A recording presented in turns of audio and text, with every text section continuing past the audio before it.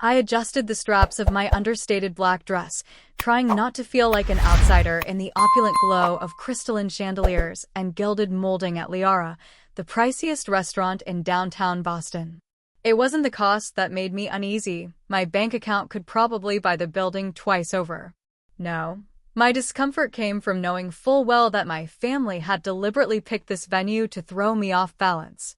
Classic move, Olivia. I honestly didn't think you'd show up, came my sister Veronica's voice from across the lobby, laced with that syrupy fake concern she'd perfected over the years.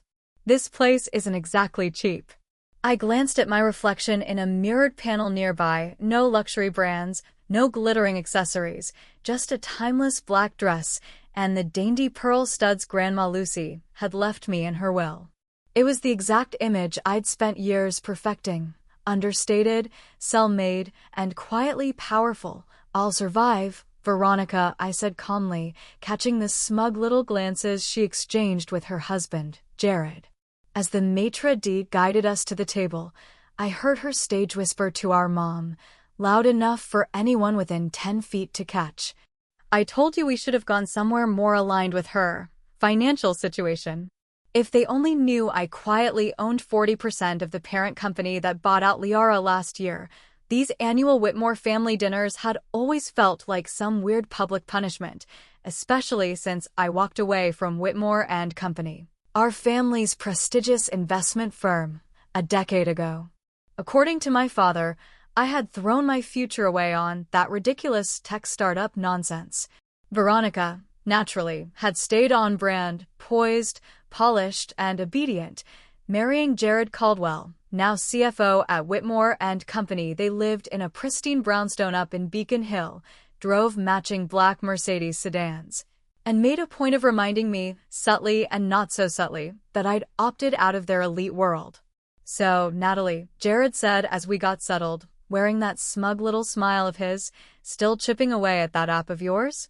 I took a sip of water and mentally replayed the email I'd received that morning, one detailing how his firm was begging for help securing a private aviation deal. Something like that, I replied smoothly. The truth? Far more interesting.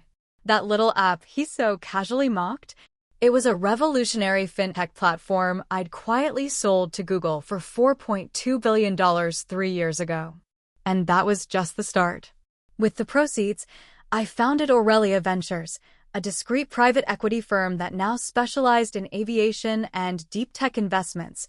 Everything ran through shell corporations and layered entities designed to keep my identity out of sight. The only soul who ever knew the full picture was Grandma Lucy, and she'd passed away last spring. I could still hear her words in my head. Let them misjudge you, sweetheart. Sometimes revenge is just patience in disguise. Natalie can't even buy a decent car, Veronica said to our mother, her voice pitched for the benefit of nearby tables.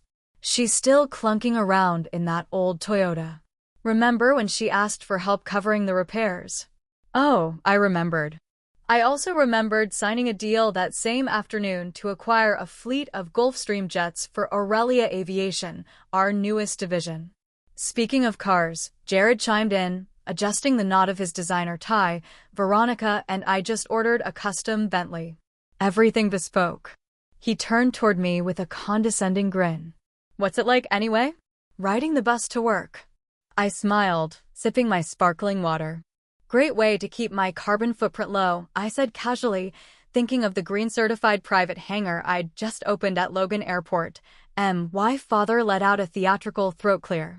Now, Jared, he said, don't give her too much grief. Not everyone's cut out for real finance. At least she's self-sufficient. He said self-sufficient the way some people say terminal illness. Veronica perked up. Jared has some big news. Tell them, babe. Jared puffed up like a show dog. We're in talks with Helix Air. Once the deal's signed, Whitmore and Company will handle all their East Coast operations. We're talking billion-dollar territory. I kept my expression pleasant as I buttered a slice of bread. What they didn't realize was that Helix Air had been acquired by Aurelia Ventures the previous year. The deal they were so thrilled about? It would essentially make Whitmore and Company my client. That's exciting, I said warmly. When's the meeting? Tomorrow morning, Jared said, puffed up with pride. Their CEO's flying in on their private jet. That's how you know you're working with serious players, Natalie. Not exactly the city bus crowd. If only he knew. The jet was mine, and I'd be watching the meeting in real time from my glass-walled corner office.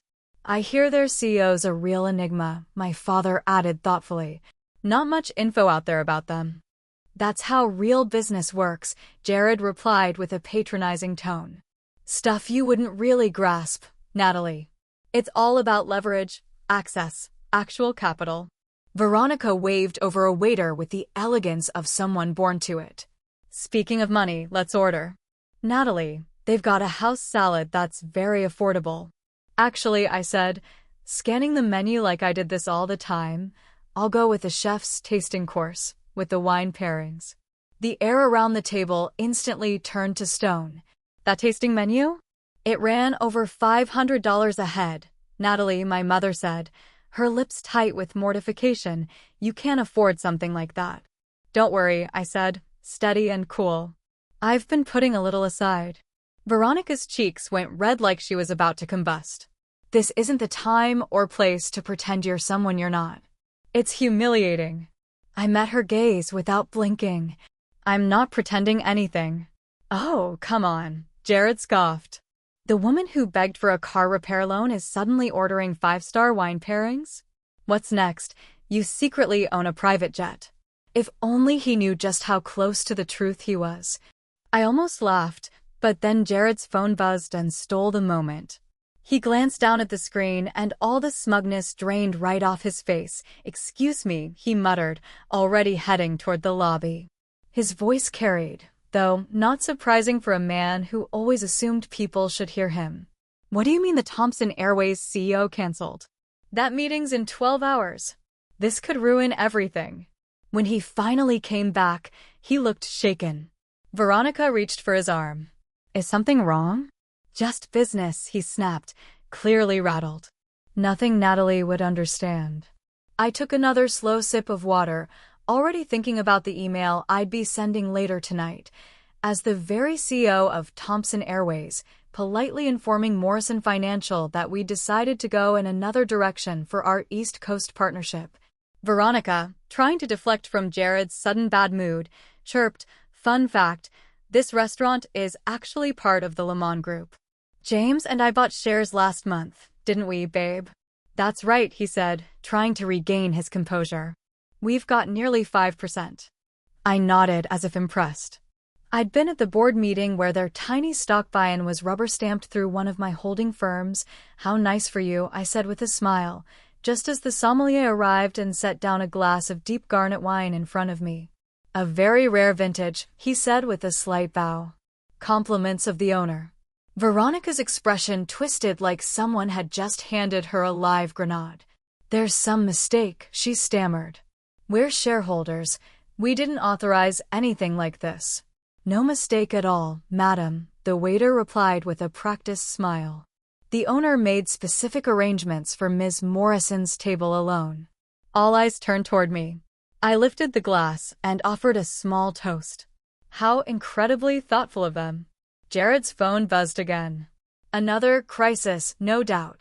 He got up with a huff, leaving Veronica to stew silently, clearly trying to piece together how a wine more expensive than her Bentley ended up in front of me, and not her. I don't get it, she muttered to our father. Why would the owner? Probably just a mix-up, he said, in that tone fathers use when they've already decided the truth doesn't suit their version of reality. They must think she's someone else. I just smiled and sipped my wine. Tomorrow would be delicious. The next morning, I sat in my private office, top floor of the Artemis building, glass walls, skyline views, and watched Jared pace like a caged animal through the conference room feed. He'd shown up a full half-hour early for the Thomson Airways meeting, clearly desperate to save what he assumed was the biggest deal of his career. My assistant Julia buzzed through the intercom. Your sister and father are here. They're in the lobby with Mr. Caldwell. Of course they were. Veronica never missed a chance to bask in her husband's supposed victories. And Dad? He was probably here to bask in his own narrative, that Jared was the financial wizard in the family. Perfect, I said. Let's continue with the plan. I pulled up my email client and drafted a message scheduled to send in exactly 10 minutes. Dear Mr. Caldwell, after extensive consideration, Thomson Airways has decided to pursue a different strategic partner for our East Coast operations. While we appreciate Morrison Financial's interest, we believe our organizations are not a cultural fit at this time.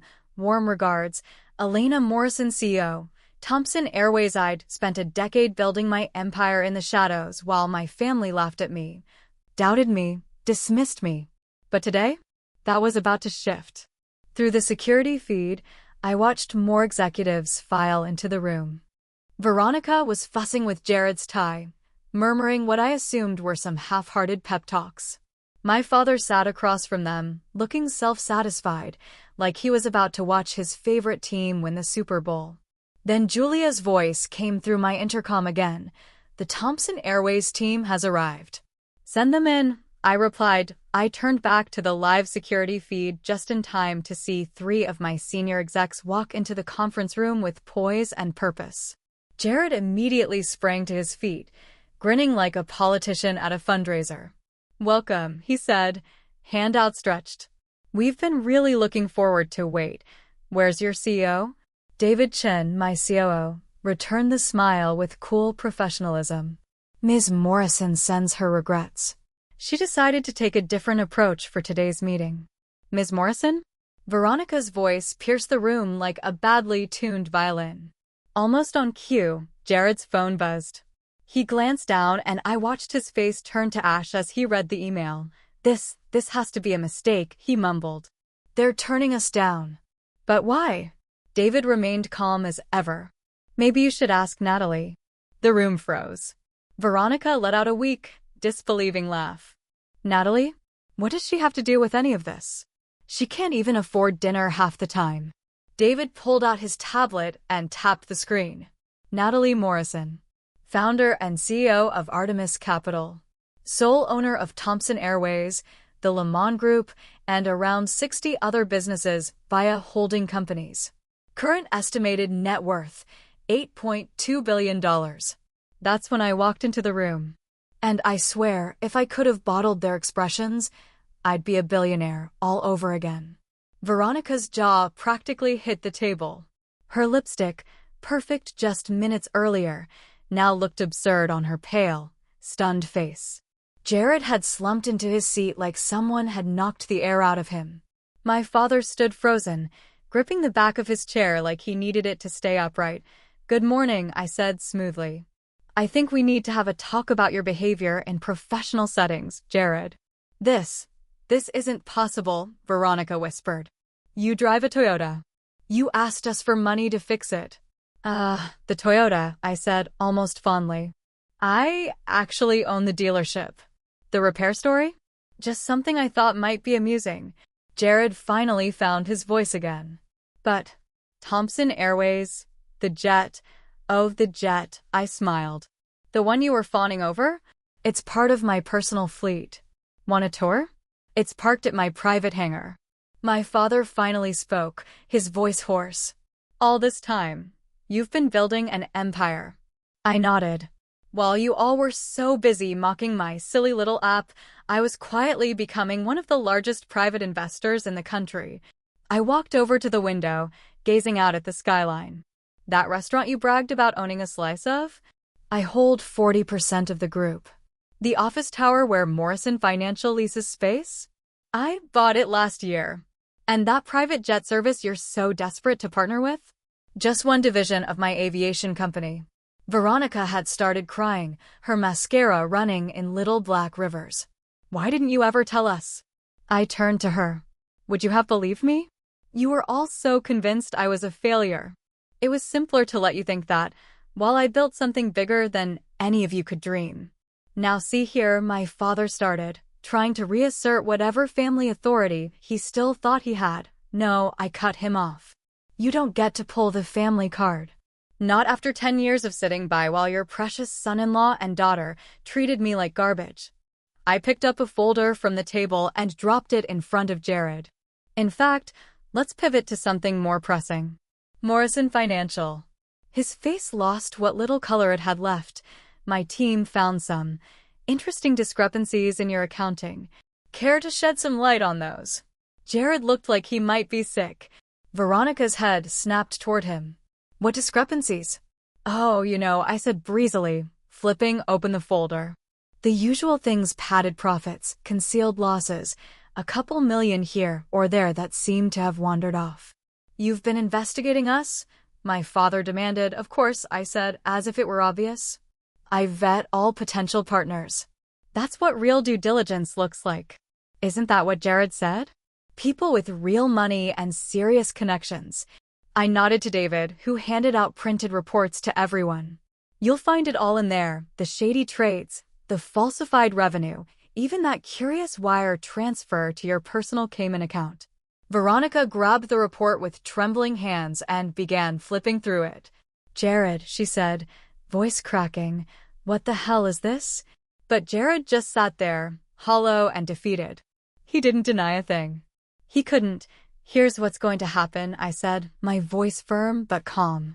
Jared will resign from Morrison Financial today. If he steps down quietly, this information stays in this room. If not, I shrugged. Well, the SEC tends to find this kind of thing very interesting. You can't do this, my father said, his voice a thin echo of what it once was. Actually, I replied, pressing a button on the conference phone. I already have. Julia, please execute Operation Clean Slate. Right away, Ms. Morrison. Victoria blinked. What's Operation Clean Slate? I didn't bother sugarcoating it. As of this moment, Artemis Capital is announcing its acquisition of a controlling interest in Morrison Financial. We'll begin a full audit and company-wide restructuring, starting at the top. My father slumped into his chair like the air had been punched out of him. You're taking over Morrison Financial? But it's our family legacy. No, I said evenly.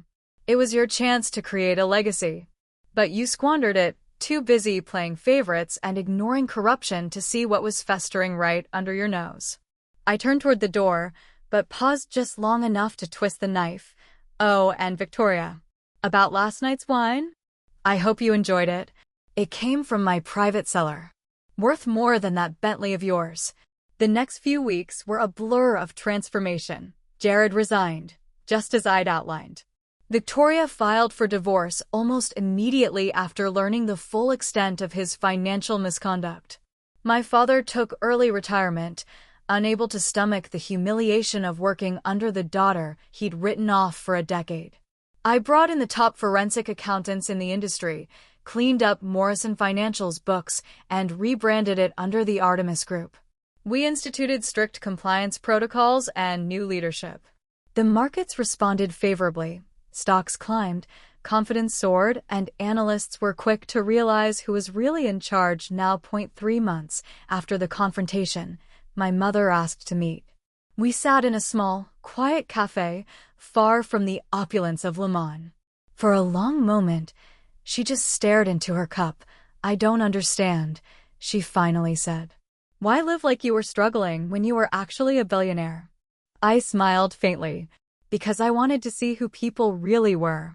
How they treated someone they believed had nothing. She looked ashamed. We were horrible to you. Yes, I agreed. You were. She hesitated. Can you ever forgive us? I stirred my coffee slowly. Forgiveness isn't the issue, Mom. It's trust. You all showed me exactly who you were when you thought I was beneath you. Why should I trust you now that you know I'm not? She had no answer. A year later, I was aboard my private jet, returning from a London board meeting. Victoria had remarried, a junior accountant in Chicago. Jared was now selling cars in New Jersey. My father had moved into a modest condo in Florida, the dreams of dynasty long gone to my phone bust. A message from Victoria. Happy birthday, sis. I know I don't deserve it, but I miss you. I stared out the window, watching the clouds slip beneath us, thinking about family, forgiveness, and what success really costs. Maybe someday we'd become something like a real family, one built on respect instead of power games. But for now, I was content knowing I had built something extraordinary while they were too busy doubting me to notice. And why grandmother would have been proud. Miss Morrison, the flight attendant said, leaning in. We're about to land at your private terminal. I smiled, remembering Jared's sneer about private jets and real money. Thank you. And could you make sure my Toyota is ready? I feel like driving myself home today. Because sometimes, the best revenge isn't just success. It's succeeding so completely, so brilliantly, that the people who once mocked you have to live with the fact they never even saw it coming, and sometimes, the one they laughed at for taking the bus ends up owning the jets they now beg to board.